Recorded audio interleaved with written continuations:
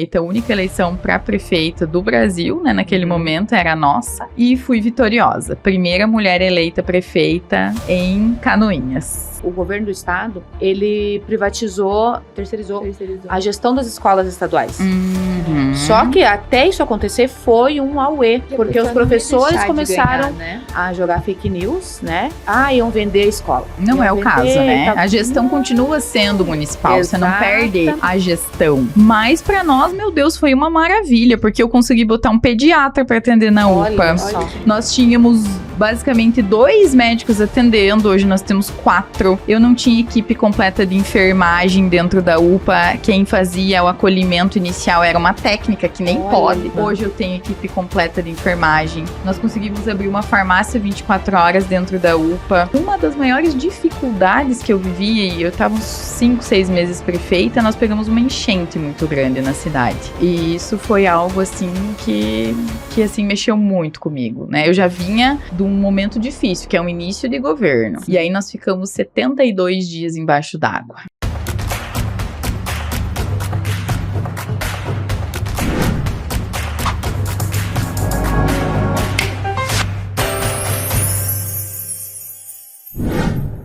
Olá, sejam todos bem-vindos a mais um episódio do GovCast. Do jeitinho que a gente gosta, direto, leve e descomplicado. A nossa convidada de hoje foi a primeira mulher a ser eleita em 114 anos de história do município. Sério? E além de ter sido eleita, ela foi também a primeira mulher a ser reeleita no município. E também a prefeita mais jovem do estado de Santa Catarina. Então ela conseguiu bater vários recordes aí em uma eleição só. Seja muito bem-vinda, Juliana Maciel, de Canoinhas, Santa Catarina. Eu agradeço muito o convite, é um prazer estar aqui com vocês no GovCast, contando um pouquinho, né, da história da nossa cidade, do Planalto Norte e de Santa Catarina. E para começar, a gente vai entregar um presente para você, feito com muito carinho aqui pelo GovCast. Que linda! Personalizado! Ai, que lindo! Personalizado! E quando a gente for lá no seu município tomar um café, a gente quer ver essa caneca lá. Com certeza! Vamos ver! Adorei! Obrigada! Ai, que bom que você gostou. Você gostou. Juliana, conta pra nós, como que uma moça tão jovem, com 27 anos na época da sua primeira eleição, decidiu se candidatar para o cargo de vereadora sem nem ter vindo de berço, num município onde, né, a maior parte da história é de homens, né, um município conservador. Como que foi isso? Conta pra gente. Olha, eu tive a oportunidade de trabalhar no Procon da minha cidade. E não saí grandes políticos do cargo que eu ocupava, ou do setor que eu trabalhava, mas eu percebi naquele momento, né, com a oportunidade que eu tive, que a política, ou melhor dizendo, o sistema público, ele não é burocrático por si só. As pessoas é que têm que ter vontade ou não de fazer o melhor no serviço público. E foi o que eu fiz, eu recebi uma oportunidade, meu salário era bem baixinho, na época eu ganhava na casa dos R$1.800 por mês. Olha só. Mas eu disse, eu vou dar o meu melhor naquilo que me der oportunidade de fazer. E vou mostrar que dá para fazer diferente, que as pessoas é que têm que querer fazer algo no serviço público. E muito da morosidade, da dificuldade da burocracia, eu entendi que era feito por pessoas e não pelo sistema, de uma forma genérica. E eu dei o meu melhor no Procon, mostrei o quanto aquilo era importante na vida das pessoas, o quanto as pessoas tinham que aprender sobre os seus direitos, e também trabalhei muito de uma forma conciliadora entre os nossos empresários, o comércio, o consumidor, para deixar esse ambiente de negócio melhor. Então, tínhamos uma taxa de solução gigante no Procon, e comecei a gravar vídeos, e me convidaram para dar entrevistas em rádios e palestras, e ali a população começou a enxergar que eu poderia, de fato, ser alguém que representasse outras pessoas. Eu não tinha visto isso em mim, porque eu comecei a receber convites para ser candidata a vereadora. E para mim era uma loucura, né? Jamais, isso não é para mim. Não passava na tua cabeça? Nunca, não. Eu não queria ser candidata. Sempre gostei de política, sempre me envolvi, mas não tinha como objetivo de vida ser candidata. E aí um dia eu cheguei em casa pro meu marido e falei, você nem sabe da maior, né? Mais um convite para ser vereadora, rindo, né? Porque para mim era algo que jamais ia acontecer. E ele parou, respirou e disse, olha, você seria uma excelente vereadora, né? Eu já era bacharel em direito, advogada, ou seja, pelo menos de legislação eu entendia bastante, né? E poderia somar no município. E ali eu comecei a pensar, mas será? Enfim. E resolvi ser candidata com essa vontade de mostrar que é possível fazer um bom trabalho no serviço público, como um representante de fato da população, porque eu sentia que não era bem isso que se via, pelo menos no meu município, né? As pessoas não estavam contentes com os seus representantes, de certa forma. E então eu vou tentar, né? E de fato as pessoas me reconheceram como uma liderança e me elegeram vereadora. Então minha primeira candidatura foi para vereadora. E me elegi, eu devo muito isso ao que eu vivi, ao que eu pude mostrar para as pessoas, o que eu fiz lá no Procon, né? Então, trabalhei intensamente pelo povo e o povo me reconheceu como uma liderança. E aí, cheguei à vereança e acredito que fiz um bom trabalho, porque logo fui eleita prefeita. Então, você ficou como vereadora um mandato? Não chegou nem a cumprir o mandato? Não, eu fiquei vereadora há 1 ano e meio. 1 ano e meio. E aí, infelizmente, meu município passou por uma situação muito triste, né? Que foi a prisão de prefeito, vice, secretários, empresários, numa operação do GAECO, na minha cidade. E eu trabalhava na oposição enquanto vereadora.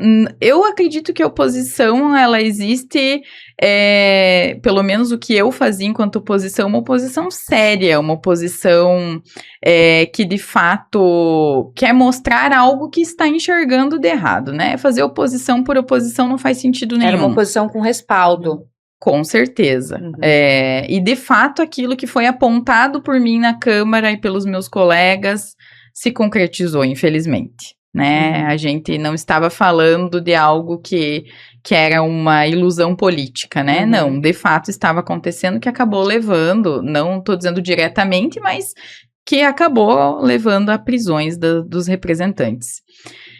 E a gente, então, aí de vez que a população me enxergou como uma liderança que poderia representar o município, né? Quando eu cheguei à vereança, eu fiquei muito frustrada também, porque a gente propõe, mas você não tem o poder de executar, né? E aí eu disse, não, eu quero ser prefeita um dia do nosso município. Olha só, pra quem não queria nem imaginava como vereadora, já tava com esse sentimento. O bichinho da política picou. Picou. E quando isso acontece, não tem volta. Não tem volta, não tem como sair mais. E no meio disso, né, eu pensei, né, e conversando com as nossas lideranças, olha, se eu apontei o dedo na ferida, eu tenho que ser a primeira a levantar a mão e dizer não. Não tô aqui pra falar em vão, né? Eu apontei o dedo porque falar e criticar é a coisa mais fácil que existe no mundo, né? Você pegar um microfone e falar o que quer e não ter responsabilidade depois de resolver o problema, né? Muito fácil. Então, já que eu critiquei, eu falei, então agora eu vou levantar a mão e eu tô aqui, quero ajudar a resolver o problema do meu município. Então, fui candidata a prefeita, né? E me elegi em 2022. No segundo turno da eleição presidencial, eleição de governo, estava eu lá, candidata a prefeita. A única eleição para prefeita do Brasil, né, naquele momento, era a nossa. E fui vitoriosa. Primeira mulher eleita prefeita em Canoinhas. Olha só. Que maravilha! Não, que história chocante, na verdade, né? Não, porque... e assim, você já foi uma baita de uma responsabilidade, porque teve todo esse escândalo, essa questão. Você não teve tempo de se preparar, fazer um plano de governo, assim, que você consiga colocar em prática, porque já vem com o orçamento que já tá ali. Na verdade... O orçamento já estava sendo executado, como que você vai fazer? Então, olha, parabéns pela tua coragem, vamos falar assim, porque tem que ser corajosa. É verdade. Tem que ser corajosa. Então, a política, como ela não foi um projeto pessoal da tua vida, ela aconteceu, né? Ela se tornou uma missão para você hoje? Com certeza. E eu acredito que quem não tem propósito não chega longe. Porque a política, ela é o dom de servir. Eu tô falando da boa política, da política séria. Claro que tem muita gente que usa política para o que não deve, né? Uhum. Mas a política é o dom de servir, porque todas as decisões que eu tomo, por exemplo, no meu dia a dia, não posso pensar no que a Juliana gostaria, o que a Juliana queria, ou às vezes o que eu acho que é o melhor. Uhum. Eu tenho que olhar tudo com o olhar do que aquela família precisa, o que aquele bairro precisa, o que aquela comunidade precisa de mim. E foi assim que a gente foi conduzindo, né? E eu acredito muito que Deus, ele levanta todas as lideranças. Sim. Todas. Só que quem não honra, quem não teme a ele, cai. Sem sombra de dúvidas. Sim. E então, com muita fé, muita coragem e muita ousadia, porque você precisa ter muita coragem para fazer o que deve ser feito na política, porque às vezes é contra tudo e contra todos, como foi a minha primeira eleição, foi uma eleição de pessoas, não de muitos partidos políticos, mas de pessoas que acreditavam. E além de tudo, né, Juliana, a expectativa da sociedade em cima de você. Exatamente. Eu acho que isso dobra a responsabilidade. O início foi bem difícil, meus primeiros meses de mandato, porque uma mulher de 29 anos, né? Eu sou hoje ainda a prefeita mais jovem de Santa Catarina, né? Que não tinha experiência, de fato, na gestão pública. Pega um município desacreditado, uma população desacreditada, que algo poderia dar certo de novo. E com aquela bomba, de fato, na mão... O que você faz? Vai juntando os caquinhos, né? E trabalhando para mostrar para as pessoas que podem acreditar na política, né? Como você comentou, né, com a gente, sem a certidão. Sem nenhuma. Juliana, como é que você não foi parar num hospício? Conta pra gente, porque eu já estaria numa camisa de força. Graças a Deus, nem remédio para dormir eu não preciso tomar. Mulher! Não, foi... a base muito forte, familiar, né? O meu marido sempre me apoiando, minha família, porque sem isso, aí sim eu acredito que eu não teria conseguido, né? Porque você tem que ter primeiro você tem que estar bem dentro de casa. Se você tá bem dentro de casa, se você tá espiritualmente bem, o resto, as coisas vão fluindo e vão acontecer. E eu tirava coragem e força, tem dias que eu nem sei da onde. Pra conseguir, e eu peguei o município quando eu assumi, ele tava com todas as certidões negativas, a DART estadual, a federal do INSS, do INSS não, do nosso regime próprio, do RPPS, mais uma outra federal que estava bloqueada, e a geral estadual, né, então eram 4 certidões que eu tinha positivas, quando eu assumi a prefeitura. Eu assumi 2 semanas antes, todos os convênios que o município tinha conquistado, eles foram, a portaria foi rejeitada porque não tinha certidões para receber os recursos. Meu Deus. Então, quando eu assumi, foram milhões, assim, que a gente... viu escoando pelo ralo. Não tinha o que fazer. Uma torneira aberta, não tinha nem como fechar. Exato, e não tinha mais o que fazer, porque a portaria já tinha sido revogada e foi, né? E eu não podia receber nenhum recurso. Porque estava tudo bloqueado, né? Todas as minhas certidões bloqueadas. Com o índice prudencial de folha de pagamento estourado. Peguei em quase 54% a folha de pagamento da prefeitura. Nossa. Então, era mais uma trava para receber recurso. Então, esses eram os meus primeiros desafios, né? E, graças a Deus, em 3 meses, eu consegui reverter a situação municipal. Estratégia, né? Eu sou advogada, então analisei juridicamente a situação e desbloqueei as 4 certidões municipais. Olha que coisa boa. Porque judicial, né? Já uniu o útil ao agradável. Vamos mostrar, né, a situação do município. E aí, primeiro vamos desbloquear, depois vamos acertando essas pendengas pra gente não se incomodar mais. E foi o que a gente fez. Desbloqueou e depois foi acertando pra não ter mais problema. E a questão do limite prudencial também. Então, fomos analisando o cenário, tira daqui, tira de lá, ajusta alguma coisa. E hoje eu tenho um limite de folha de pagamento de 47,8%, 48%. Né? Olha só. Então, ajustamos tudo que precisava para o município ficar pronto para a gente. Só que isso é bastidor, né? Isso não é algo que a população, de maneira geral, vê. É bastidor, mas ele influencia diretamente em tudo. Tudo que você vai... Na saúde, obra, na educação. Recurso, tudo. E assim, fora essa questão documental, burocrática, teve algum choque de realidade que você teve quando você sentou na cadeira? Porque uma coisa você tá de fora. Quando você sentou, qual foi o choque, assim, que você falou, meu Deus? Como eu vim da vereança, é muito diferente a vereança do executivo, né? Sim. Então, eu me vi resolvendo problemas que eu mesma apontava. E hoje eu tenho muito orgulho, sabe, de olhar para trás e dizer, não, eu falei, mas eu vim aqui eu fiz e resolvi, né? Então, eu acho que essa foi inicialmente a maior dificuldade, assim, porque você vem de um cenário totalmente diferente, né? E hoje, olhando para trás, eu digo, não, graças a Deus eu dei conta de fazer aquilo que tinha que ser feito, né? Hoje o município não é mais o mesmo, né? E a população que afirma isso porque me reelegeu prefeita, né? Com certeza. Então foi muito, muito gratificante, e uma das maiores dificuldades que eu vivi, eu estava uns 5, 6 meses prefeita, nós pegamos uma enchente muito grande na cidade. Sério? E isso foi algo, assim, que assim, mexeu muito comigo, né? Eu já vinha de um momento difícil, que é o início de governo. Sim. E aí nós ficamos 72 dias embaixo d'água. Meu Nossa Deus. Senhora. E acho que foi ali que eu vi a força, de fato. E ali é uma região muito forte, agro, né? Sim. Imagine, plantações que foram perdidas. Destruídas. O caixa do município... E indo isso ladeira é uma coisa abaixo. que você não consegue controlar, né? Exatamente. Tá dentro daquilo que você não consegue controlar. Por mais que você queira fazer um bom trabalho, tenha responsabilidade com cada voto que você recebeu e com os que você também não recebeu, você não consegue controlar. Mas olha, foi, acho que na maior dificuldade até hoje do meu governo, né? Desses 3 anos aí, e meio.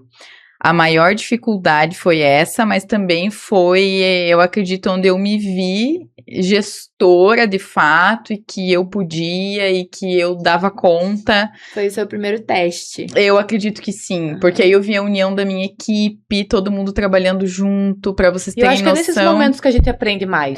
Eu acredito que sim. Eu fiz um bom governo porque eu fiz um primeiro governo muito turbulento. E eu acredito que é ali que nós criamos casca e aprendemos, aí, ó, de fato. Depois é o que pode vir que eu dou conta. Que não tenho lucro, dúvida. Né?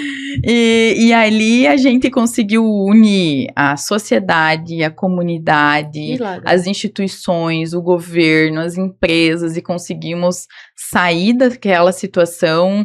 Nós fizemos as mudanças das pessoas atingidas, né? Junto com a ajuda dos voluntários, com a nossa equipe de governo. Nós chegamos a fazer 220 mudanças no dia, para as pessoas não perderem as suas coisas. Então, assim, porque o que a gente pensou depois? Lavar, até lava, mas e quem perder tudo? Como é que vai ser? E aí, tudo que a gente pôde, né, fazer, a gente fez. E a população reconheceu isso, cuidado, de fato, né? Sim. Porque eu vejo as gestões femininas muito preocupadas com isso. Com cuidar, humano, né? Cuidar das famílias, cuidar das pessoas. Isso a gente teve, realmente foi uma ênfase do nosso governo, né? E é o que eu acredito, né? As pessoas vivem nos municípios, as famílias vivem ali, a gente tem que cuidar das famílias. É para isso que a gente tá na política. Sim. Esse episódio de alagamento já ocorria? Foi um fato isolado? Foi uma falta de estruturação no município para que isso não ocorresse? A falta de investimento na questão de saneamento ali, escoamento fluvial, enfim... É um misto de tudo, mas é que enchente é muito difícil você resolver, né? Com infraestrutura, você resolve de uma maneira mais facilitada enxurradas, né? Com a própria drenagem do município. Mas a enchente, quando vem mesmo, né? E o rio sobe, não tem para onde escoar, infelizmente ela é mais difícil. Mas, claro, tem métodos hoje, né? Que você consegue minimizar os impactos dela, né? Então, muita coisa foi problema mesmo de infraestrutura. infraestrutura municipal e de falta de investimento de uma vida, né? A última enchente tinha acontecido há 10 anos no município, mas não tinha sido tão grande quanto a de 2023, né? E aí nós tivemos uma muito grande em 83, que aí foi muito grande mesmo. Mas como a infraestrutura, o município vai crescendo, né? Sim. Então ele vai atingindo mais pessoas com o decorrer do tempo, né? E o que nós fizemos hoje de maneira preventiva? Primeiro, contratei uma limpeza geral de todos os nossos... bueiros? Mas as nossas... dutos. Isso mesmo, dutos, galerias, essa palavra que estava me fugindo. As nossas galerias. E para as enxurradas, algo tão simples foi perfeito. Faz toda a diferença. Fez toda a diferença, porque eu acho que nunca tinha sido limpado na vida. Olha só. E aí nós tiramos caminhões de material, né? Não, que fica, ele vem com a chuva. Tem que ser uma limpeza que ela tem que ser periódica. Você não pode fazer a cada 5 anos, a cada 3 anos, tem que porque senão... Exatamente. E eu acredito que nunca tinha sido feito aquilo no município. Só. No centro da cidade, tinha uma região que não podia chover, gente. Que alagava os comércios, tinha um hotel ali. E a gente fez a limpeza e basicamente não temos mais problema. Então, uma coisa tão simples e barata, né? Que não foi algo absurdo, barato no sentido público da coisa, né? Mas que não foi um custo absurdo, minimizou demais os problemas. É algo essencial. É algo essencial. É aquele olhar querendo resolver realmente, resolver problemas, né? Quando você, de fato, vem para a gestão pública querendo resolver, com estratégia você vai resolver. E agora o governador liberou um recurso pra gente, o governador Jorginho, de quase 13 milhões de reais, que nós vamos fazer a dragagem do Rio Canoinhas, que vai minimizar muitos efeitos das enchentes, né? Então, o recurso via Defesa Civil, nós estamos aí na expectativa que em breve seja liberado, e a gente tem que trabalhar preventivamente. Por exemplo, o meu município não tinha um plano de macrodrenagem. Ninguém sabe onde está a tubulação, ninguém sabe o tamanho da tubulação, porque não existe mapeado. Não existe. Inclusive, quem está fazendo pra gente, salvo qualquer equívoco, é a fundação da UFPR. E está fazendo todo o estudo, né, medindo tubulação, entendendo toda a tubulação municipal. Tem uma georreferência de onde está o quê, né? Exato, aí nós vamos georreferenciar tudo e qualquer pessoa que vai fazer uma construção e tal vai poder acessar o mapa no gel e vai saber, ele já vai dimensionar, ó, então aqui a tubulação precisa ser de tanto e tal. Então, detalhes de gestão coisas que não aparecem, mas que é assim que você vai desenvolver o município. E facilita decisões ali no dia de onde você vai mexer, enfim. Economiza. E Juliana, conta pra gente, diante de tantos desafios que você encontrou ali no começo da sua gestão, que você tá contando pra gente, como foi que você decidiu, isso agora é minha prioridade, depois, claro, das certidões, né, que você conseguiu liberar? Então, eu acredito que a nossa prioridade macro foi a saúde. Porque nós pegamos um município muito desestruturado na saúde, né? Nós tínhamos, por exemplo, o meu município, para vocês entenderem, não é tão grande de população, apesar de ser de porte médio, são 55 mil habitantes, mas ele é o 7º maior município de extensão territorial de Santa Catarina. Então, é um município grande de extensão territorial. Eu tenho 2.500 quilômetros de estrada de chão na minha cidade. É um desafio gigante. Meu Deus. Porque nosso interior é muito extenso. Então, quando você fala em saúde, eram 2 pontos principais. Saúde e infraestrutura. Tá muito longe, as pessoas estão longe do acesso à saúde, né? Sim. Nós tínhamos, para 55 mil habitantes, uma população que quase 90% depende do SUS, né? 9 médicos nos postos de saúde. Meu Deus. Para atender 55 mil habitantes, né? E isso, para mim, não cabe. Não cabe na minha cabeça uma coisa dessa. E já ia entrar aqui na segunda pergunta para você, a questão da reclamação, porque os números não mentem como melhorou isso, mas o top 1 das reclamações do teu município era, inclusive, sobre a saúde, né? Saúde e infraestrutura, né? É estrada. Porque como eu tenho muita estrada de chão, eram os maiores problemas que eu enfrentei, né? No meu primeiro mandato.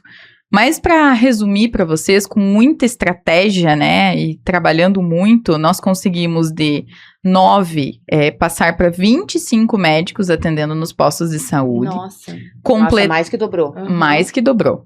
Completar as nossas equipes nos postos para poder receber o repasse SUS, porque nós não recebíamos quase nada, porque daí você não tinha equipe completa, você não tinha o agente de saúde.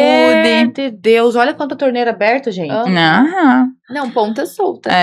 Porque a gente não tinha o agente de saúde, a técnica, a enfermeira, né, a equipe completa. Então, se você tem só a enfermeira e a técnica, você tem que pagar só do recurso ordinário da prefeitura. Se você tem o médico, agente de saúde, a técnica e a enfermeira, você recebe. Do MAC e do PAB. Exatamente, né? No caso, esse é baixa complexidade, é o PAB, né? Você vai receber o recurso para poder ajudar a manter aquele sistema. Então, quando você bota na ponta do lápis, vale muito mais a pena oferecer um serviço melhor para a população, né? Com certeza. E até pela população, mas pelo financeiro do próprio município, né? Fazendo como gestora, né? Exato. Perfeito. E, infelizmente, não fechava essa conta em Canoinhas.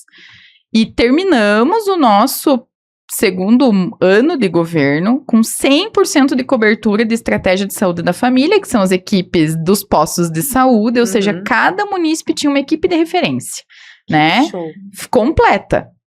E isso faz com que você investindo na saúde básica, a longo prazo, a prevenção é o melhor caminho, né, para a saúde da população, que é a saúde básica, que é a porta de entrada do SUS. E aí, o que nós fizemos, então? A gente, basicamente, privatizou a nossa UPA para que eu tivesse todos aqueles profissionais liberados para atender nos postos de saúde, ou seja, com o mesmo recurso que eu tinha de RH, eu consegui, basicamente, completar as minhas equipes. Então, nós contratamos mais médicos e mais agentes comunitários de saúde. Então, e ali, a gestão das UPAs lá é terceirizada? Lá é. E como que foi pro pessoal... Hoje o serviço é muito melhor. Porque essa transição sempre tem uma resistência, o pessoal não entende. Ela traz isso, ela tem uma trava, o pessoal, mas só que a terceirização ela é muito eficiente, porque ela desonera a tua folha. Exatamente. Entendeu? Você consegue entregar um serviço de mais qualidade, mas essa transição a gente sentiu muito aqui no Paraná, porque o governo do estado, ele privatizou a gestão das escolas estaduais. Só que até isso acontecer foi um auê. Pra entender que porque os professores começaram ganhar, né? a jogar fake news, né? Que iam vender a escola. Não é o caso, né? A gestão continua sendo municipal. Exatamente. Você não perde a gestão, né? Mas pra nós, meu Deus, foi uma maravilha, porque eu consegui botar um pediatra pra atender na UPA. Olha que beleza. Nós tínhamos basicamente 2 médicos atendendo, hoje nós temos 4. Eu não tinha equipe completa de enfermagem dentro da UPA. Quem fazia o acolhimento inicial era uma técnica que nem pode. Hoje eu tenho equipe completa de enfermagem. Nós conseguimos abrir uma farmácia 24 horas dentro da UPA. Que show! Olha, gente, os prefeitos aqui do Paraná que estão vendo essa dica daqui da prefeita Juliana, vamos estar seguindo essa dica. Porque é sensacional, gente. Isso é sensacional.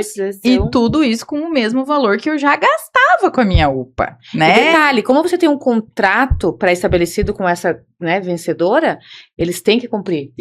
Ou seja, se faltar um, a gente vai no couro, né? E você tira um pouco da responsabilidade também da tua equipe, né? Exato. E no contrato, tem que colocar outro. Tem que ter outro no lugar. Como a UPA ela é muito complexa para fazer gestão, essas empresas são especializadas nesse tipo de gestão, né?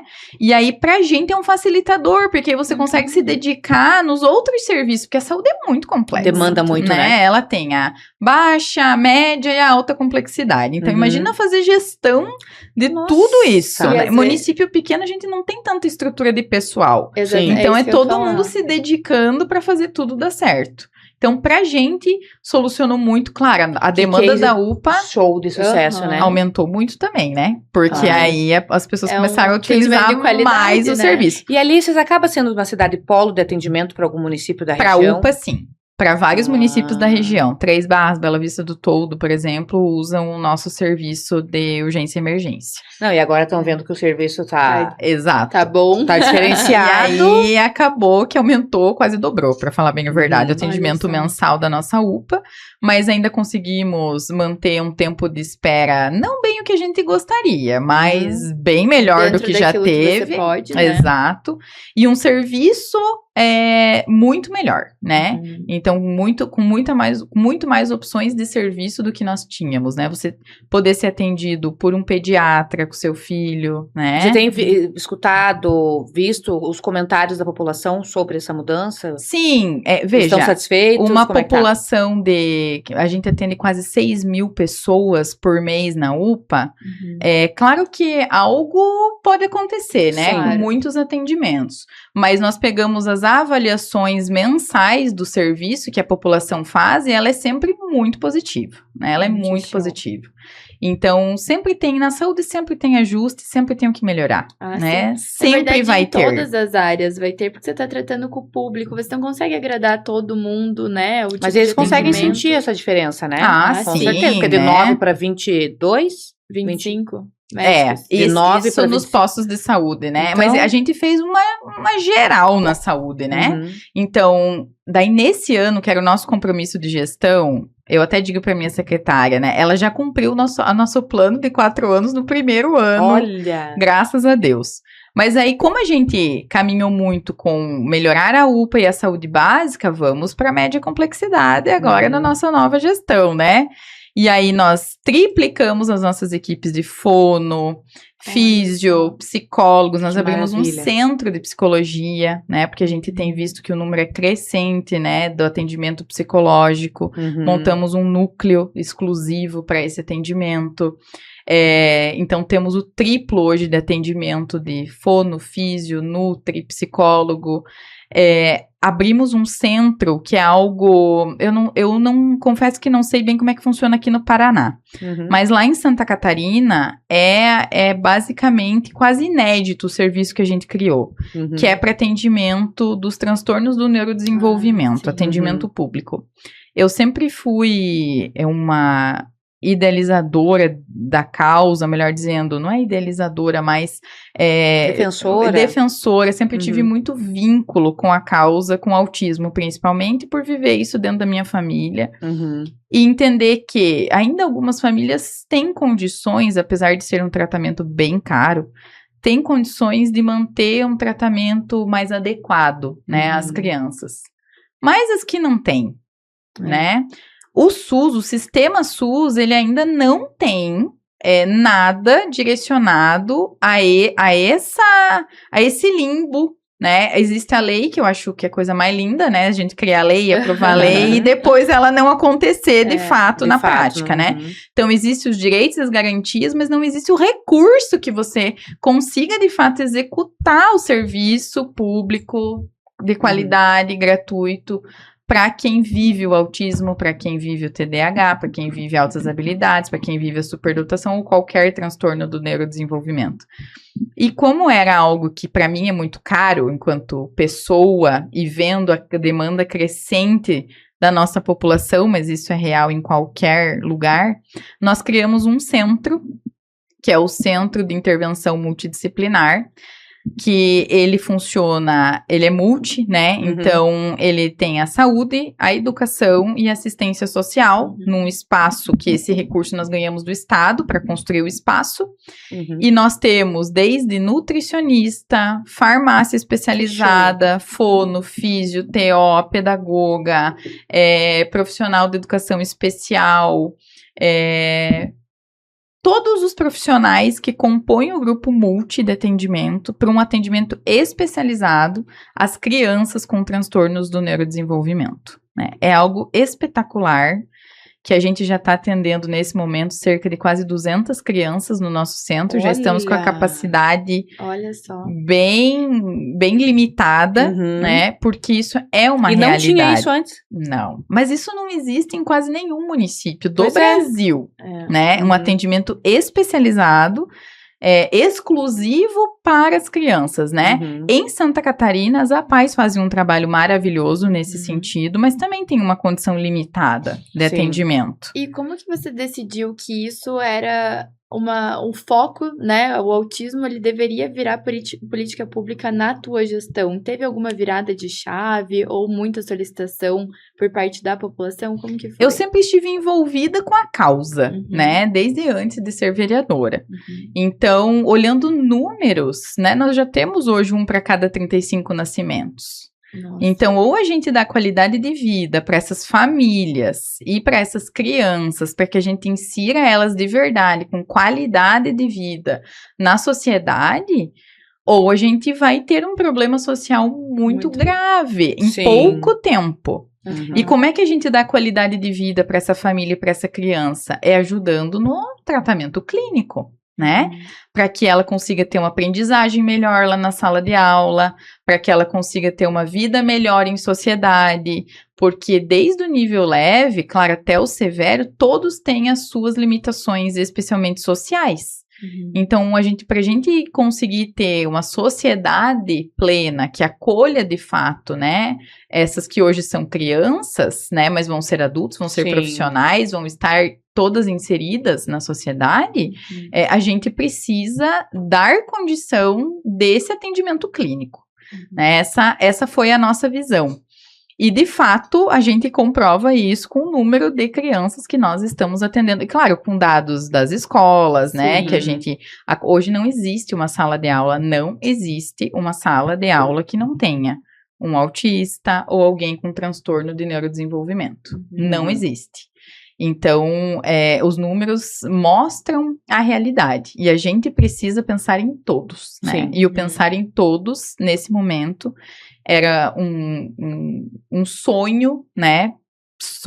Da nossa sociedade também, que a gente conseguisse dar, então, esse direcionamento e transformar, melhor dizendo, ter um serviço público, né, gratuito, que essas crianças pudessem utilizar na nossa cidade, e hoje eles podem, né, hoje eles têm acesso a esse serviço. Com certeza. Ai, que maravilha, não só romantizar, né, porque é uma pauta que hoje em dia o pessoal tá romantizando. É verdade. Demais. Tem alguma história, assim, que te marcou depois que vocês criaram esse centro? Ai, várias histórias, né? Porque quando a gente vê, de fato, uma criança, seja qualquer avanço, né? Porque vamos pensar no autismo. O autismo, se ele não tem a terapia constante, a possibilidade de regressão é muito grande, né? Exato. Então, às vezes, você conseguir ver um autista entendendo uma piada já é uma glória, né? Com certeza. Porque a literalidade é algo que traz um sofrimento muito grande para aquela criança, né? Porque é você estar num ambiente que todo mundo consegue entender o que está sendo... Isso eu tô falando até de uma questão leve, né? Todo mundo entende, todo mundo compreende, mas ele não vai compreender. Eu diria que essas pequenas conquistas da rotina social de uma criança, que a gente consegue ver evolução lá no centro, ou então transtornos, por exemplo, que estavam severos, passar para o moderado, ou moderado para o leve... se a gente conseguir fazer isso com 1, 2, 10, 20 crianças, a gente transformou a vida de 2, 10, 20, 30 famílias, né? Isso que eu ia falar, porque o impacto que ele vai impactar também nos familiares, numa mãe, porque assim, quanto mais dificuldade essa criança tiver dentro de casa, na escola, isso vai demandar mais de quem cuida. Sim, e só as famílias neuroatípicas que sabem o que é o estresse e a dificuldade que é hoje ter o apoio real, né? Que é você ajudar da forma como tem que ser ajudado, que é com serviço público, né? Você poder ajudar com que essa família seja, de fato, uma família que possa viver com qualidade. Ah, isso é maravilha. E assim, a gente fala de vários investimentos, vários feitos lá em Canoinhas, né? E além da obras de saúde, teve bastante reformas em escola, entrega de creche. Para você como mulher, qual que é o sentimento, né, como mulher gestora, qual que é o sentimento que você tem quando você entrega uma creche, faz uma reforma, entrega um ambiente de qualidade para a população? Ai, não tem coisa melhor. nós abrimos quase 500 vagas de creche no nosso primeiro ano, 2 primeiros anos. E estamos construindo mais a gente chama de CI lá na nossa região, mais um CI com mais 100 vagas de tempo integral, né? Olha só, é mais 100 mães que vão poder trabalhar. Exatamente. Emprego, ter tranquilidade. É verdade. É isso que nos motiva, né? Porque a gente sabe hoje que a mulher também ajuda no sustento da casa, também trabalha, e não tem como você não querer deixar o seu filho no melhor lugar possível, né? Para você trabalhar com tranquilidade, saber que ele está em um ambiente seguro, bem acolhido, bem alimentado, bem cuidado, né? Uhum. Então, a gente entende isso como uma forma de cuidar das famílias lá em Canoinhas, né? Para que a gente consiga o máximo possível atender a demanda das nossas famílias, né? Dos pais e mães de família que precisam que essa criança esteja no melhor ambiente. O CEI que nós inauguramos ano passado, eu fiz questão de não colocar uma colher que não fosse nova. Então, que bom. Tudo novinho, Olha tudo que legal. novinho. Aí daí essa parte já entra a feminilidade, né? O olhar feminino, porque... E até as professoras, né, trabalham com um ar totalmente diferente, né? Exatamente. Então, é nos detalhes que a gente cuida, né? E tem que ser cuidado. Quando a gestão, ela tem esse planejamento e tem essa credibilidade, melhora também o relacionamento junto do governo do estado, né? E isso traz um impacto para a população. Você consegue ver que a população lá de Canoinhas, ela já conseguiu ver que esse relacionamento é importante, que precisa ter essa conversa com o governo do estado e que isso traz esses resultados para a população? Eu não tenho dúvida. Nós captamos para Canoinhas mais de 40 milhões de reais nesses 3 anos. Olha só. Isso é inédito. Uhum.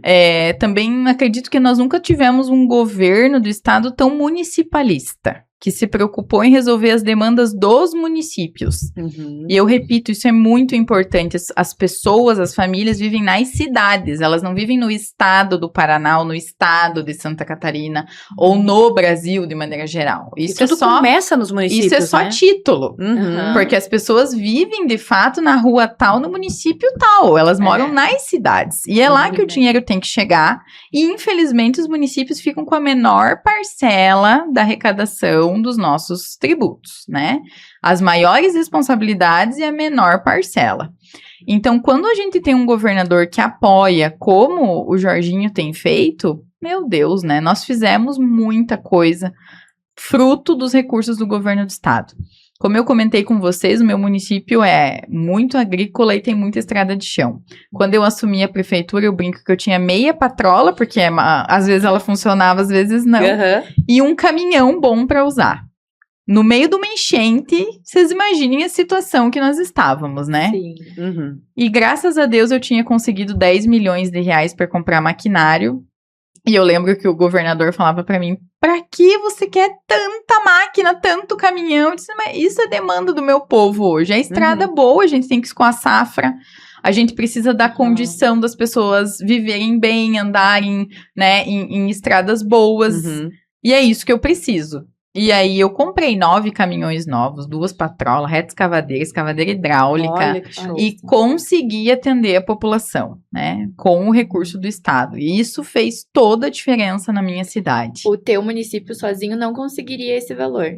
Pra colocar... Jamais. Não. Hoje não sobra na conta do município um recurso de investimento, né? Pelo menos do meu município aí.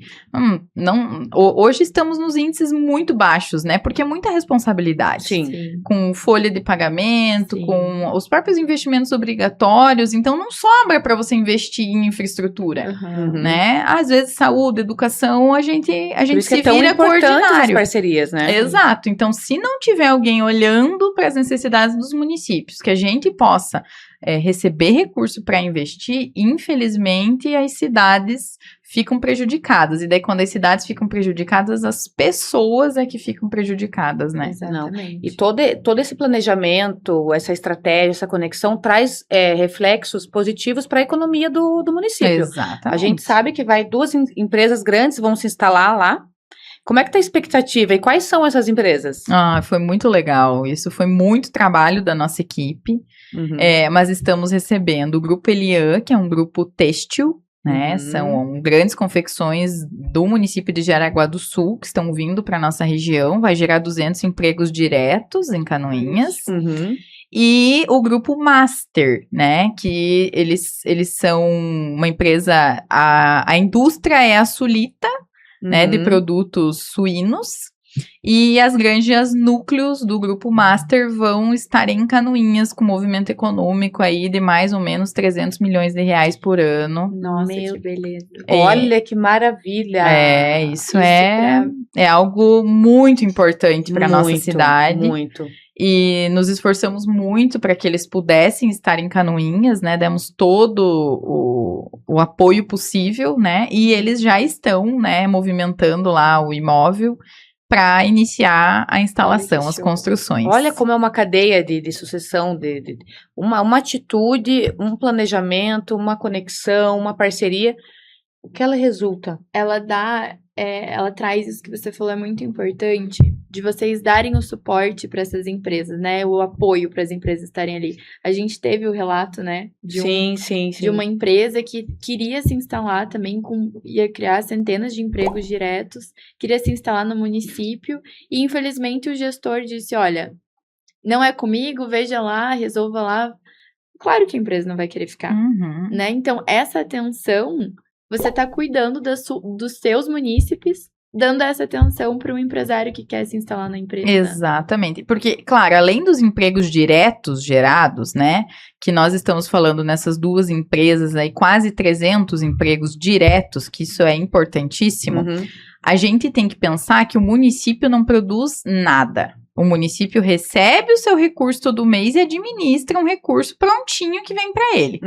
Quem produz e quem vai fazer o município arrecadar mais são as empresas. É a indústria, é os serviços, é o comércio, é o agro.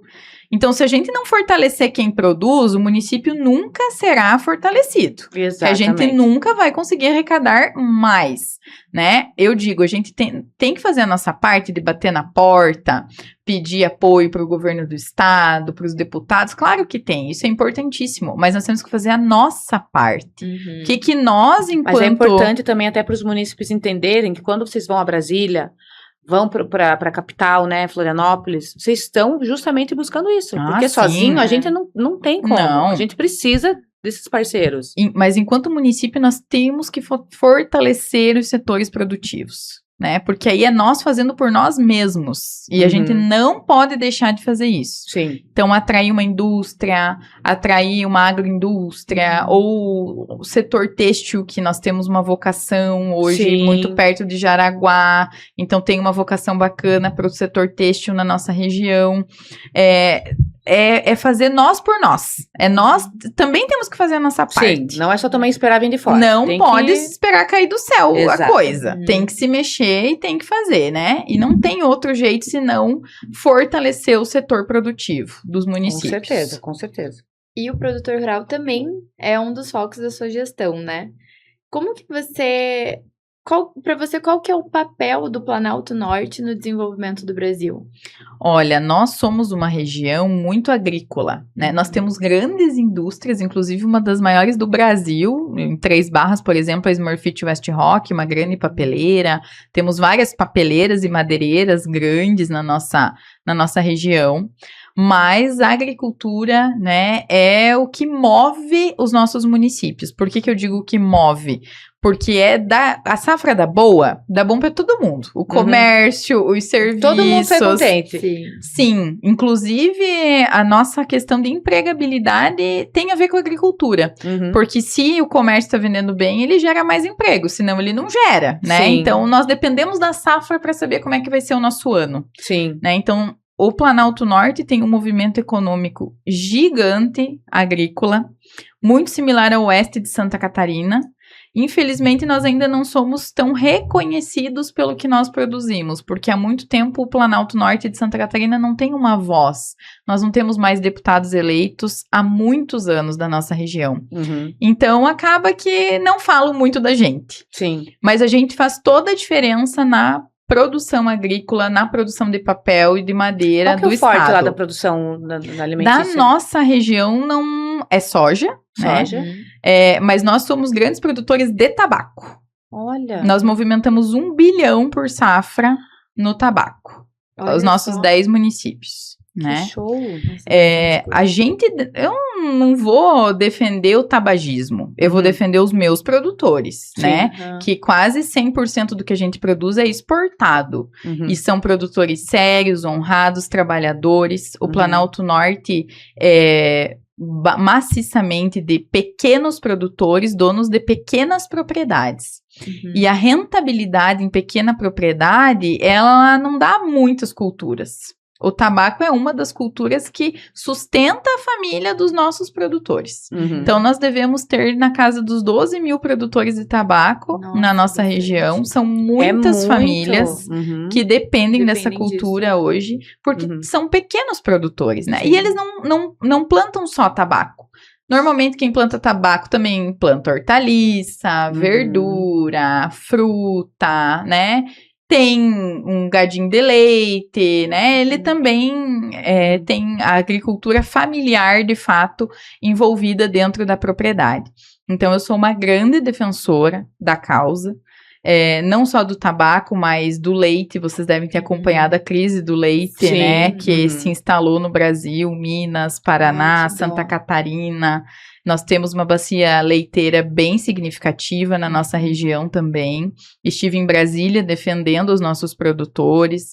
Agora, com esse movimento forte em Santa Catarina, assim como no Paraná, né, foi aprovada para não ter a exportação do leite em pó do exterior, né, com um imposto, enfim, uma condição diferenciada para misturar no leite líquido, e que isso estava trazendo um prejuízo gigante para os nossos produtores. Então, tanto no Paraná, agora em Santa Catarina, essa lei também está aprovada. Isso tudo é movimento, né? Quando a gente não tem muita representatividade dos deputados, não que eles não olhem por nós, mas ninguém é da nossa região. Os prefeitos têm que se mexer e se movimentar, porque se não for nós por nós, quem que vai ser, E né? é isso que eu ia perguntar pra você, né? O interior forte, ele é construído lá em Brasília, não é mesmo? Exatamente. Ou também no plano estadual. Na capital, né? Na capital, É. Então, ele, na esfera, né, de deputado federal, é lá em Brasília, na esfera de deputado estadual, ali em Florianópolis. Você já viu um problema aí? Você viu que tem uma dificuldade aí? Você também pensa em colocar seu nome à disposição para resolver e para enfrentar, né, essas dificuldades? Olha, estou pré-candidata a deputada estadual, porque a minha região é uma região muito próspera. Apesar do governador Jorginho ter um olhar muito carinhoso pela nossa região, porque o que ele fez não se faz há mais de 30 anos por nós, a gente precisa de mais. Precisa de alguém ali com raízes, né? Precisa de alguém que nasceu, cresceu, foi criado, que vive isso diariamente, a nossa vida. Porque quem melhor que nós para falar sobre produção de tabaco? Porque existe um preconceito muito grande nesse tema, mas nós vivemos lá. Nós é que podemos falar sobre isso. Nós podemos falar sobre soja, sobre milho, sobre leite, sobre suíno, aves. A nossa região, ela vive e depende da agricultura. Sim, vocês têm propriedade de fala, tem lugar de fala. As papeleiras estão na nossa região. Nós é que podemos falar sobre eles, né? Sobre o nosso povo. E quando a gente tem representatividade, com certeza vocês sentem isso aqui no Paraná, a região muda. Desenvolve muito mais. É outra região. Deixa eu te perguntar. A sociedade ali de Canoinhas, quem é de Canoinhas como que fala? Canoense. Os canoenses, eles já vêm fazendo esse movimento, esse apelo, pedindo o teu nome para deputada estadual? Olha, graças a Deus, foi feita algumas pesquisas lá na região e hoje apareço como a maior liderança da nossa região, né? Então não tem como você fugir. Não tem como você fugir, que maravilha. Então eu sou muito grata por esse reconhecimento das pessoas, né? Na minha liderança, talvez até no meu trabalho enquanto prefeita, e isso motiva, né? Motiva a gente querer representar todo o Planalto Norte. Ai, que maravilha. É um termômetro poderosíssimo. Isso quando a sociedade já começa a te vislumbrar e te ver nesse cenário, você pode ter certeza que o teu trabalho está sendo feito da melhor forma possível. E o mais interessante é que não é só na sua cidade, né? A região toda tá reconhecendo o teu trabalho, tá reconhecendo o teu esforço, e por isso eles escolheram, né, você para representá-los na capital. Que interessante isso. Graças Parabéns. a Deus, né? É porque a rádio, a gente fala assim, a rádio peão, né? Porque todo mundo vai contando, vai verdade. falando. Então, teu nome involuntariamente já tá sendo explanado aí. E agora você tá como pré-candidata. Parabéns, a gente torce. Obrigada. Quem sabe numa próxima entrevista você já vem aqui como deputada estadual. Ah, se Deus quiser, for a minha missão, meu propósito, Se né? já tiver no teu destino. Exatamente. Ó, e olha, você nem imaginava ser vereadora. Já é prefeita. E a gente em pouco tempo, tudo em pouco isso, tempo. né? Meu Deus. Infelizmente, está chegando no fim essa entrevista. Foi tão rápido. Foi. Nossa, foi tão verdade. gostoso. Mas antes, conta pra gente qual que é o seu sonho pra Canoinhas. Ah, é verdade. Ai, eu sonho tanta coisa, não tenho acho específico, mas eu quero ver a minha cidade mais forte, né, com mais desenvolvida na questão do desenvolvimento econômico. A gente precisa avançar muito em infraestrutura. A gente tem muito que avançar, né? Fizemos muito, mas temos muito que fazer. Eu acho que Canoinhas é um potencial, ela está bem no centro do Planalto Norte, né? Então ela precisa voltar a ser, né? Já andamos muito para que isso aconteça, mas ser referência na nossa região. E a gente só vai fazer isso com mais investimento, né? Com mais trabalho, com mais representatividade. Não só para Canoinhas, mas eu gostaria de falar do Planalto Norte de maneira geral. Nós somos municípios que a gente vive muito parecido. As nossas realidades são basicamente as mesmas, né? Você não vai falar de um canoinhense, mas é os mesmos hábitos de quem mora em Bela Vista, Irinópolis, Porto União. A gente é muito parecido, é uma região similar. Então, nós precisamos de um olhar diferente para o nosso Planalto Norte. Nós temos que crescer assim como cresce o estado de Santa Catarina, né? O IDH, o PIB, a per capita de Santa Catarina, ela é modelo para o Brasil inteiro, mas ainda não reflete a realidade do nosso Planalto Norte. Então, eu diria que esse seria o meu grande objetivo. Não Quantos só para Canoinhas. municípios compõem ali o Planalto Norte?